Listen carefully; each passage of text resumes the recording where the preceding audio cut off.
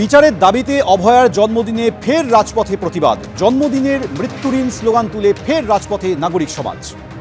একদমই তাই, এবং সেই মিছিলে সামিল হয়েছেন অভয়ার মা বাবা, যেখান থেকে তারা বললেন যে আগে লড়েছি মেয়ের স্বপ্ন পূরণের জন্য, আর এই লড়াই মেয়ের ধর্ষণ খুনের সুবিচার আনার জন্য। সন্দীপ, একেবারেই সেই বক্তব্যটাই কিন্তু আমরা শুনতে পেলাম। আজকে অল্প সময় তারা এই মিছিলে পা মিলিয়েছিলেন। এই অল্প সময়ের মধ্যে তারা তাদের যে লড়াইয়ের অঙ্গীকার, লড়াইয়ের শপথ, সে কথাটাই যেন আরও একবার শুনিয়ে দিয়ে গেলেন আমাদেরকে।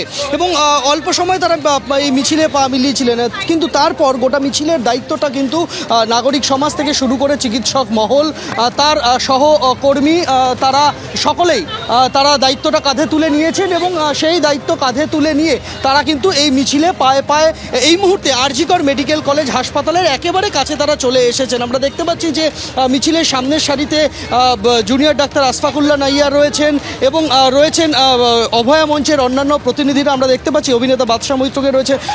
আজকে আর.জি.কর মেডিকেল কলেজ হাসপাতালেও কিন্তু সেখানে এই অঙ্গীকার একটা অঙ্গীকারের জমায়েত করেছেন ওয়েস্ট বেঙ্গল জুনিয়র ডাক্তার ফ্রন্টের সদস্যরা।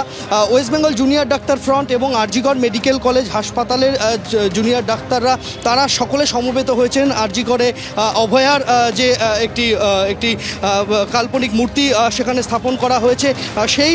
সেই মূর্তির সামনে তারা আজকের এই সন্ধ্যাবেলায় সেই দিনের ঘটনাকে, অর্থাৎ 9ই আগস্টের ঘটনাকে তারা স্মরণ করে তারা আরও একবার প্রতিবাদ জানাতে চান, তাদের অঙ্গীকার, এই লড়াইয়ের অঙ্গীকার করতে চান। সেই জায়গায় কিন্তু সেই মিছিল পায়ে পায়ে পৌঁছচ্ছে। আমরা এখানে দেখতে পাচ্ছি যে ওয়েস্ট বেঙ্গল জুনিয়র ডাক্তার ফ্রন্টের সদস্যরা তারা রয়েছেন, তারা একে একে সেই মিছিলে পা মেলাচ্ছেন। আমরা দেখতে পাচ্ছি যে দেবাশিস হালদার রয়েছেন। দেবাশিস, আজকে আপনাদের আর.জি.করের যে কর্মসূচি, সেটা কি অঙ্গীকারের শপথ? একদমই তাই। আজকে হচ্ছে এখানে মৌন মিছিল। সকালবেলা আমরা করেছি অভয়া ক্লিনিক, এবং এরপর একসাথে আমরা যেটা করব সেটা অঙ্গীকারের শপথ। কিছুই নয়, আজকে যেহেতু অভয়ার জন্মদিন, তো অভয়াকে স্মরণ করা এবং প্রতিবাদের যে লড়াইতে যে আছি সেটা অঙ্গীকার করা, সে পথে থাকা ছাড়া যে কোনো উপায় নেই সে কথা মনে করিয়ে দেওয়া, এবং আমরা যে লড়াইয়ে আছি, সাধারণ মানুষ যে লড়াইয়ে আছেন তার অঙ্গীকার। সেই জায়গা থেকেই আজকে সিনিয়র ডাক্তার অভয়া মঞ্চের মিছিল, সেখানে আমাদের অংশগ্রহণ এবং এরপর গিয়ে আমাদের অঙ্গীকারের জমায়েত। সেই অঙ্গীকারের জমায়েত আপনারা করতে চাইছেন, কিসের অঙ্গীকার এই মুহূর্তে আপনারা করবার কথা ভেবেছেন? কেননা বিচার প্রক্রিয়া শেষ, ইতিমধ্যেই আদালত সাজা ঘোষণা করেছে, তাহলে কিসের অঙ্গীকার? অঙ্গীকার এটাই, আমরা মনে করি না যে বিচার প্রক্রিয়া শেষ হয়েছে বলে আমাদের মনে হয় না। এখনও অবধি প্রাইমারি চার্জশিটের ভিত্তিতে যে সঞ্জয় রায়, তার সাজাদান করা হয়েছে, এবং গোটা বিতর্কটাই এখন চলছে যে তাকে ফাঁসি দেওয়া হবে নাকি যাবজ্জীবন জেলে পৌঁছবে। আমাদের মতে এটা ন্যায় বিচারের মাপকাঠি নয়।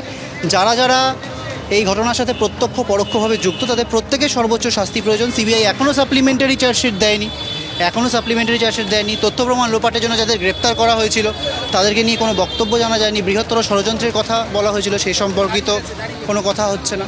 তো ফলত প্রত্যেকে যতদিন না সামনে আসে যারা দোষী, একেবারেই সন্দীপ, অর্থাৎ জুনিয়র চিকিৎসক থেকে সিনিয়র চিকিৎসক তারা এই মুহূর্তে পথে নেমেছেন। কিন্তু অভয় মঞ্চের ডাকে যখন আজ মিছিল চলছে, তা নিয়ে কুণাল ঘোষ তিনি কি বলছেন, শোনাব আপনাদের।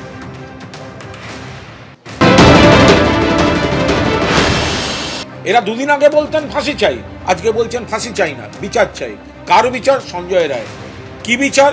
যে বিচারটা শেষ হয়ে তার যাবজ্জীবন হয়েছে, আর মুখ্যমন্ত্রী বলছেন আমরা ফাঁসি চাই, আর এরা বলছে আমরা বিচার চাই বলে আবার নামছে। আরে বিচার তো শেষ হয়েছে, দোষী সাব্যস্ত হয়েছে, তা আমরা ফাঁসি চাই।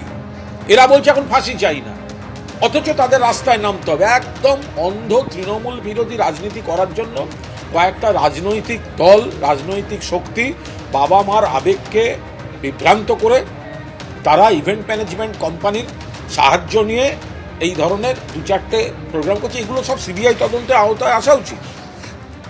এটা পুরোদস্তুর রাজনৈতিক একটা ঘূর্ণাবর্তের মধ্যে ওর বাবা মাকে ফেলে, রাজনৈতিক ঘূর্ণাবর্তের মধ্যে বাবা মার আবেগকে ফেলে সম্পূর্ণ রাজনৈতিক উদ্দেশ্য প্রণোদিতভাবে কয়জন ব্যবহার করছেন, মানুষ এসব তাকিয়েও দেখছেন না।